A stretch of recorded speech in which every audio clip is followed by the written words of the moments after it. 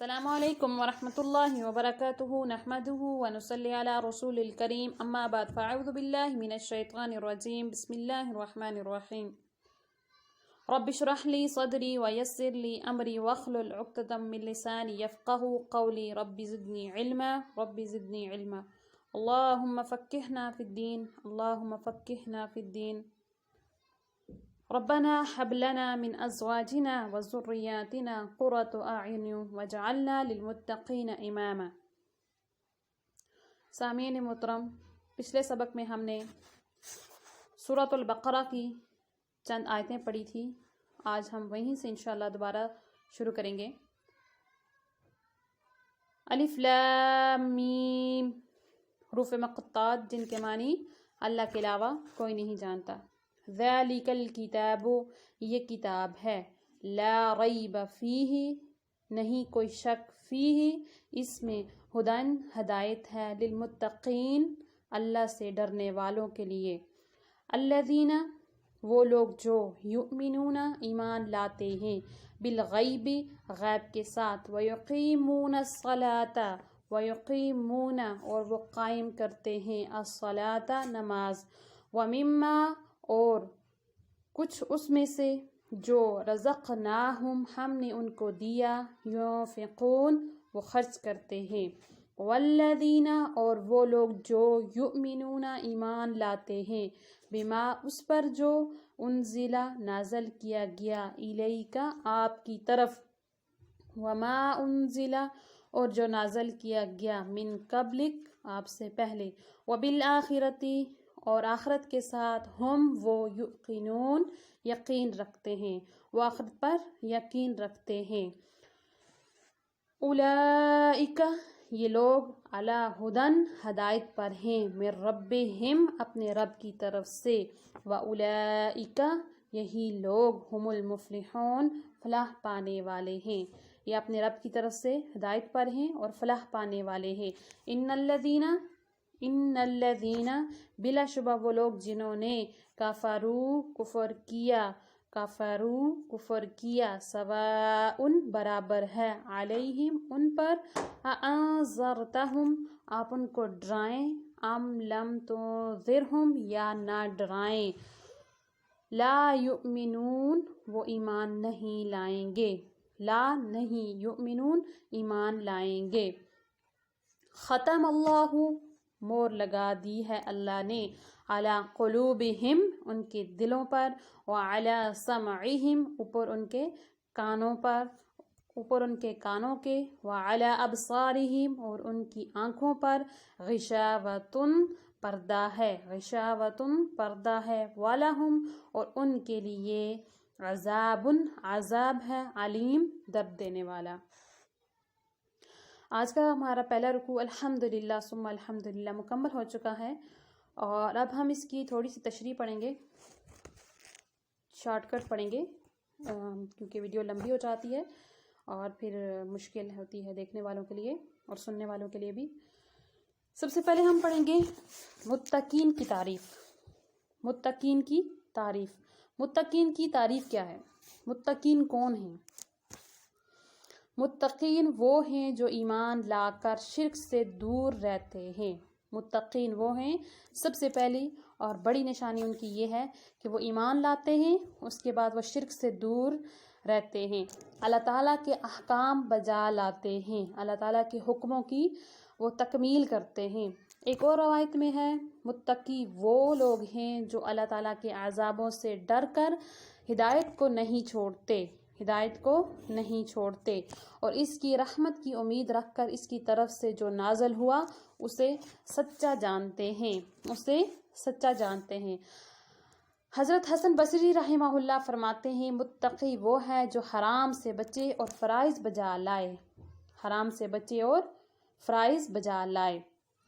وہ کہتے ہیں متقی وہ ہیں جو کبیرہ گناہوں سے بچیں، اور اس پر ان کا اتفاق ہے۔ آگے ہم پڑھیں گے متقی کون ہیں۔ متقی، پہلے ہم نے پڑھا متقین کی تعریف، اب ہم پڑھیں گے متقین کون ہیں۔ یعنی چھوٹے اور بڑے سب گناہوں کو چھوڑ دینا. متقین کی پہلی نشانی کیا ہے؟ یعنی چھوٹے اور بڑے سب گناہوں کو چھوڑ دو، یہی تقویٰ ہے. ایسے رہو جیسے کانٹوں والی راہ پر چلنے والا انسان. کانٹوں والی راہ پر چلنا کتنا مشکل ہوتا ہے. جیسے کوئی کانٹوں والی راہ پر چلتا ہے اور وہ اپنے آپ کو بچا کر چلتا ہے.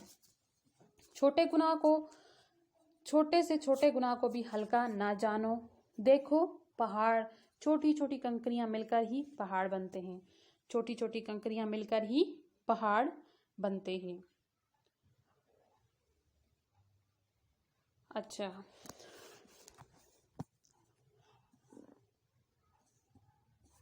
ایمان کی تعریف کیا ہے؟ ایمان کیا ہے اور اس کی تعریف. حضرت عبداللہ رضی اللہ تعالیٰ عنہ فرماتے ہیں ایمان کسی چیز کی تصدیق کرنے کا نام ہے. ایمان کسی چیز کی تصدیق کرنے کا نام ہے.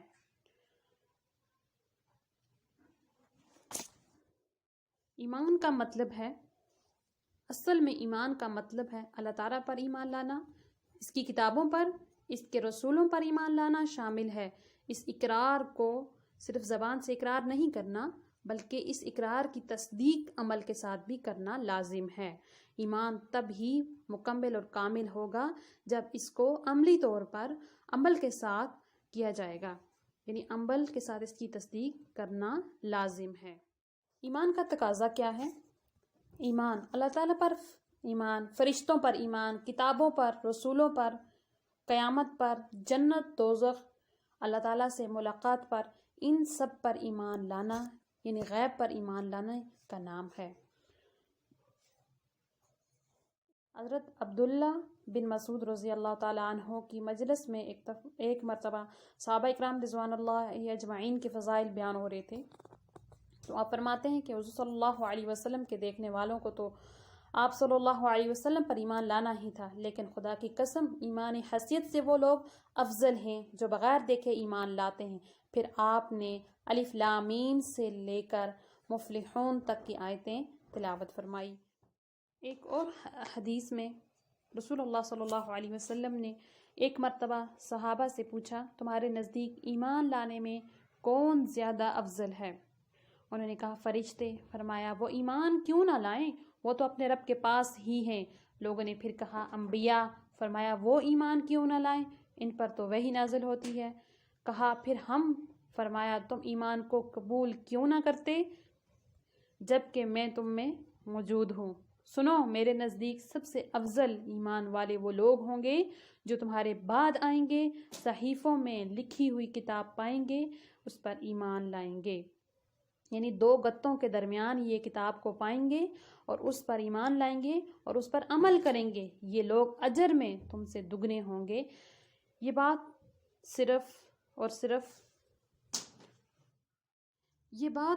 بعد میں آنے والوں کی تعریف کی بنا پر ہو رہی تھی. ان کا بڑا اجر و ثواب، ان کے لیے بڑا اجر ہونا اسی حیثیت کی وجہ سے ہے، ورنہ اعلیٰ الاطلاق ہر طرح سے بہتر اور بہترین افضل تو صحابہ اکرام رضوان اللہ اجمعین کا ہے.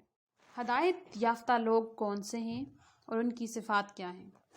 ہدایت یافتہ لوگ یعنی وہ لوگ جن کے اوصاف پہلے بیان ہوئے، مثلا غیب پر ایمان لانا، نماز کا قائم رکھنا، اللہ کے دیے ہوئے مال میں سے خرچ کرنا، حضور صلی اللہ علیہ وسلم پر جو اترا اس پر ایمان لانا، آپ سے پہلی جو کتابیں اتری ان کو ماننا، اور آخرت پر یقین رکھ کر وہاں کام آنے کے لیے نیک اعمال کرنا، برائیوں اور حرام کاریوں سے بچنا. یہی لوگ ہدایت یافتہ ہیں جنہیں اللہ تعالیٰ کی طرف سے نور ملا اور بیان بصیرت حاصل ہوا، اور انہی لوگوں کے لیے دنیا اور آخرت میں فلاح و نجات ہے. ابن عباس رضی اللہ تعالی عنہ نے ہدایت کی تفسیر نور اور استقامت سے کی ہے، اور فلاح کی تفسیر اپنی چاہت کو پال لینے اور برائیوں سے بچ جانے کی ہے. بدقسمت لوگ یعنی بدقسمت لوگ کون سے ہیں؟ یعنی جو لوگ حق کو پوشیدہ کرنے اور چھپا لینے کے عادی ہیں، اور ان کی قسمت میں یہی ہے، نہ انہیں آپ کا ڈرانا سود مند ہوگا، نہ انہیں آپ کا ڈرانا سود مند ہوگا، نہ ہی نہ ڈرانا۔ یہ کبھی اللہ تعالیٰ کی اس وحی کی تصدیق نہیں کریں گے جو آپ صلی اللہ علیہ وسلم پر نازل کی گئی ہے۔ حضرت عبداللہ بن عباس رضی اللہ تعالیٰ عنہ فرماتے ہیں، رسول اللہ صلی اللہ علیہ وسلم کو اس بات کی بڑی ہی حیرت تھی کہ تمام لوگ ایماندار ہو جائیں اور ہدایت قبول کر لیں، لیکن پروردگار نے فرمایا کہ یہ شہادت ہر ایک کے حصے میں نہیں ہے، یہ نعمت بڑھ چکی ہے، جس کے حصے میں آنی تھی وہ اس کو مل گئی ہے، اور جو بدقسمت ہیں وہ ہرگز اطاعت کی طرف نہیں جھکیں گے۔ بس مطلب یہ ہے کہ جو قرآن سے انکاری ہیں اور کہتے ہیں کہ ہم اگلی کتابوں کو مانتے ہیں، انہیں ڈرانے کا کوئی فائدہ نہیں ہے، اس لیے کہ وہ تو خود اپنی کتاب کو بھی حقیقتاً نہیں مانتے، کیونکہ اس میں تیرے ماننے کا عہد موجود ہے۔ تو جب وہ اس کتاب کو اور اس نبی کی نصیحت کو نہیں مانتے جس کے ماننے کا وہ اقرار کر چکے ہیں، تو بھلا وہ تمہاری باتوں کو کیا مانیں گے؟ وآخر دعوانا ان الحمد للہ رب العالمین۔ اسی حدیث کے ساتھ آج کا سبق ہم یہیں پہ ختم کرتے ہیں۔ انشاءاللہ تعالی اس سے آگے اگلے سبق میں اس کی مزید